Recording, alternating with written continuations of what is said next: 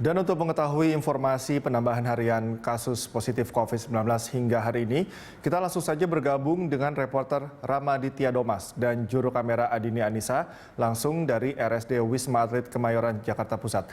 Rama, seperti apa atau bagaimana update harian kasus COVID-19 per hari ini?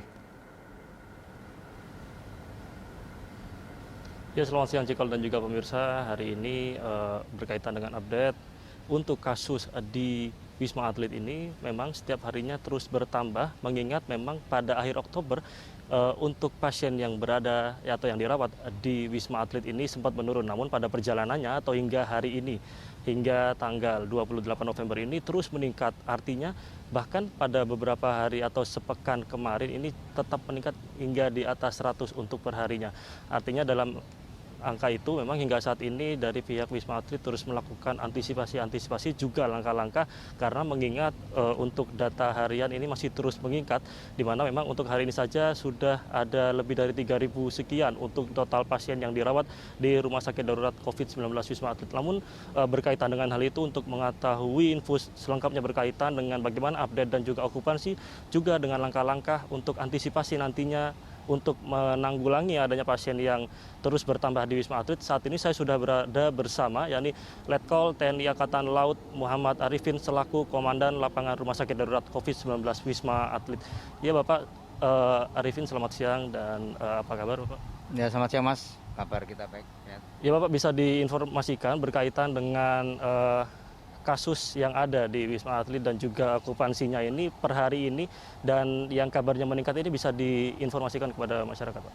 Ya, baik, akan update untuk pasien hari ini per tanggal 28 November pukul 06.00 pagi tadi.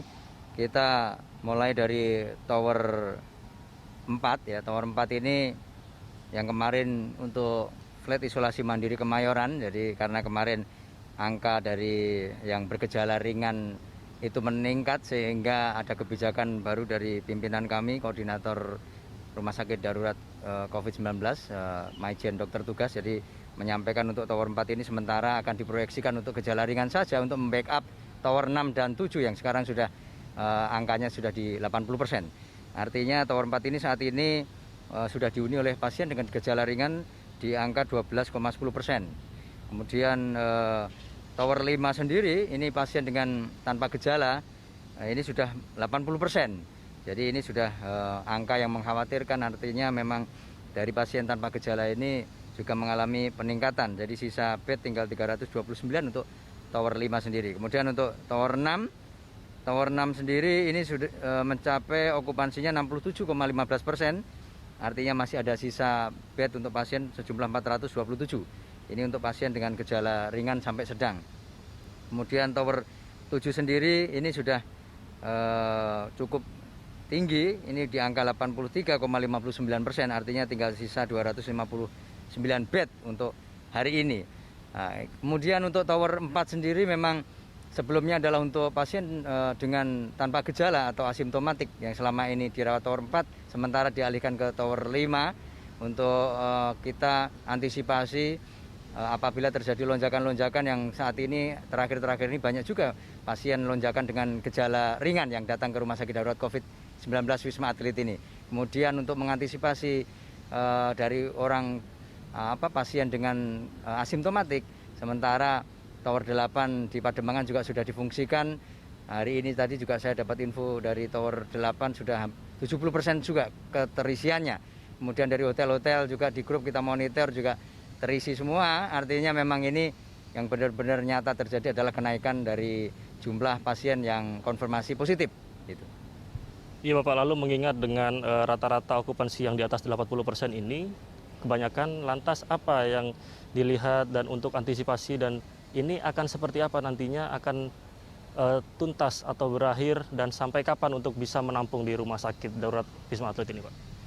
Ya, tentunya harapan kita 2 minggu yang lalu kan kita sudah berada pada posisi yang rendah, bahkan di bawah 29%. Tower 5 pun waktu itu sudah berada pada posisi di bawah 20%. Kemudian Tower 4 sempat kita close juga, kita tutup karena memang pasien menurun. Nah, itu 2 minggu yang lalu. Artinya memang ini efek dari beberapa kejadian mungkin ini juga dari libur panjang yang 2 minggu yang lalu, kemudian ada juga tentunya efek-efek yang berkerumun bersama-sama dalam jumlah massal, tentunya akan memberikan efek juga tentunya. Nah, ini yang harus dihindari karena kita juga sudah menyiapkan sedemikian rupa antisipasi untuk itu. Seperti waktu September tanggal 27 kita tempat mengalami tertinggi pasien semenjak rumah sakit ini berdiri. Artinya kita sudah siap dengan langkah-langkah yang sudah diambil oleh pimpinan di sini, tetapi harapan kami ini tidak akan terjadi lagi seperti September tanggal 27 itu, karena itu sudah lumayan tower 4, 5, 6, 7 itu hampir penuh semua. Artinya ini kuncinya adalah di masyarakat, kemudian kebijakan mungkin dari pemerintah tentunya mengantisipasi libur akhir tahun ini juga mungkin kami menyarankan, karena ini merupakan tentunya ada efek-efek liburan panjang seperti kemarin, kemudian ini nyata memang terjadi seperti orang liburan ke puncak kemarin kan juga ada yang satu bis di swab 20 orang positif. Tentunya itu merupakan fakta yang terjadi di lapangan dan menjadi antisipasi kita bersama agar di akhir tahun menjelang akhir tahun ini tidak menjadi kemudian wabahnya meningkat drastis, kemudian fasilitas kesehatan tidak bisa menampung, ya itu nanti akan merugikan kita bersama. Kemudian harapan saya memang seluruh masyarakat Indonesia untuk saat ini marilah kita mengendalikan bersama. Jadi kita bekerja sama, bukan kita saja yang bekerja, tetapi kita bergotong royong, sinergis, karena sekali lagi kita di sini adalah sebagai hilir, sedangkan hulu adalah masyarakat luas di sana. Mereka yang memproduksi, artinya mereka yang bisa mengendalikan angka itu naik dan turun dari mereka sendiri, yaitu dengan cara ya protokol kesehatan itu harus dilaksanakan dengan baik dan benar.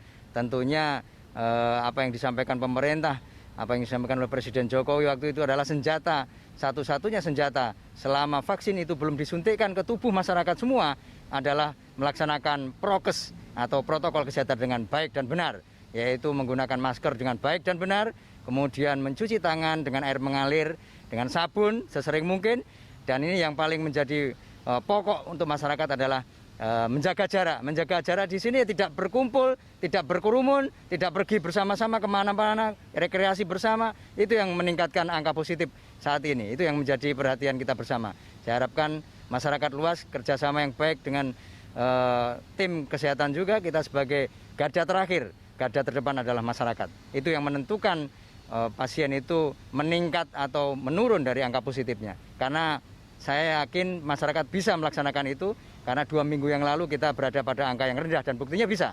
Dan masyarakat Indonesia saya yakin bisa melaksanakan disiplin untuk melaksanakan protokol kesehatan dengan baik dan benar. Itu saja, Mas. Iya, Bapak Arifin, terima kasih atas waktunya, Bapak.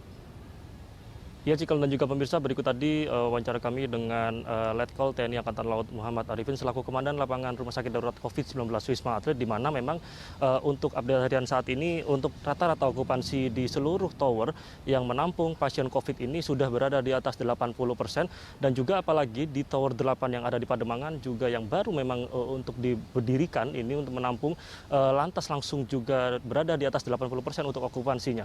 Artinya memang belakangan ini sejak Oktober dan hingga saat ini memang untuk kasus pasien COVID-19 di Wisma Atlet terus meningkat hingga rata-rata di atas 80% setiap towernya. Hal ini memang tadi sempat ditekankan oleh Bapak Arifin bahwa berkaitan dengan hal itu untuk masyarakat untuk tetap selalu menjaga protokol kesehatan 3M, di mana hingga saat ini memang masih dalam PSBB transisi di DKI Jakarta khususnya, namun begitu memang tidak lantas membuat kepada masyarakat untuk abai kepada protokol kesehatan. Cikal. Terima kasih Rama atas laporan Anda. Selamat bertugas kembali.